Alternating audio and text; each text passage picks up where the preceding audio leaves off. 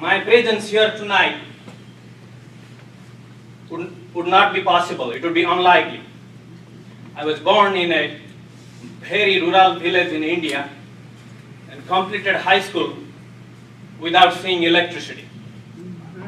My dad walked to his job in a county courthouse every day, and he made sure he brought newspaper to all of us in the evening to read.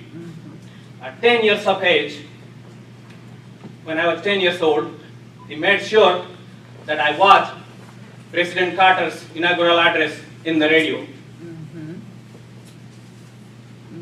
As I grew up, I went to medical school to be a therapist and subsequently moved to the United States. I had to ride a bicycle to work here in Tipton, Georgia. A lady once stopped me, said, "Hey, what's wrong with you? You don't look like you need to lose any weight. Why are you riding that bicycle?"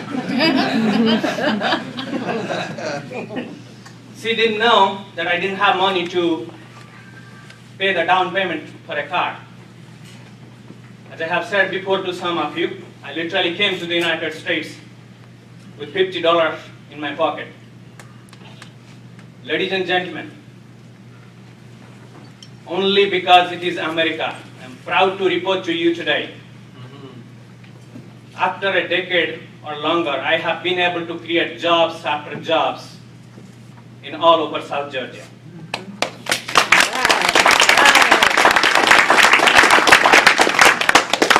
Let me ask you all, who amongst all here doesn't want to give a better life to our kids and grandkids than we have? Everybody does. And let me tell you, that's the only reason I'm running. I'm running for the Senate seat.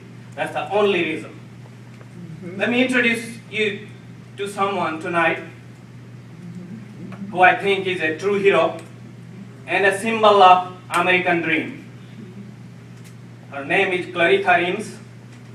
At 71 years of young, she recently completed her GED. Ms. Reams, would you please?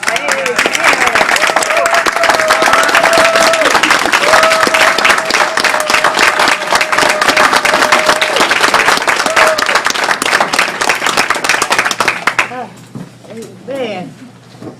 Amen. She has the courage to follow her dream, and that is what America is all about. Amen. Amen.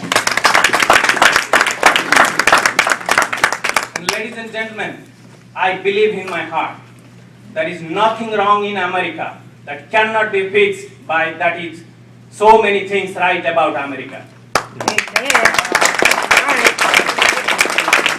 But we have to work hard, not only using our brain but our heart. Yes. You know, some people have thought I have a name that's not going to, it's going to be hard to remember, and I got an accent. I'll tell you a little story. This gentleman, a patient of mine, who had Alzheimer's disease and had not spoken a word for 3 to 4 years. And this was during October and close to Halloween time. So I asked his wife, "Would you bring a pumpkin?" She brought a pumpkin the next morning.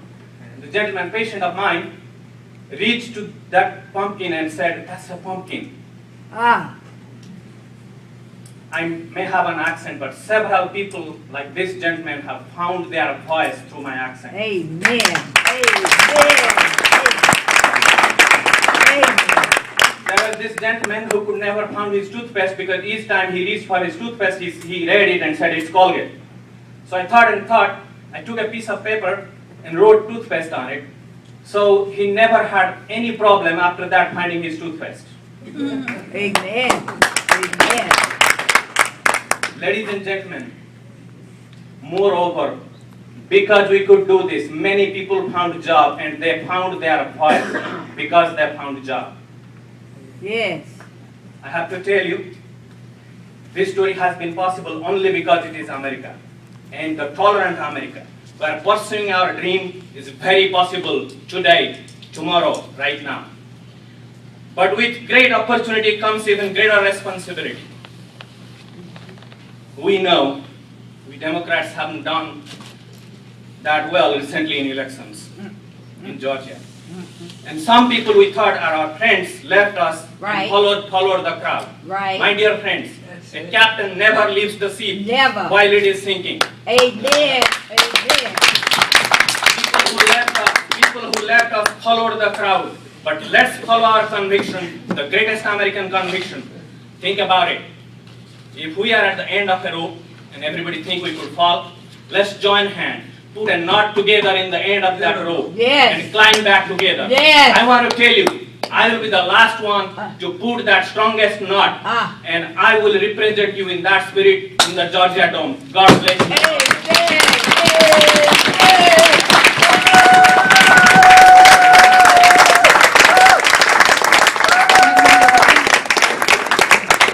For state representative, we have three candidates: Teresa Lawrence, J.C. Cunningham, and Dexter Sharper.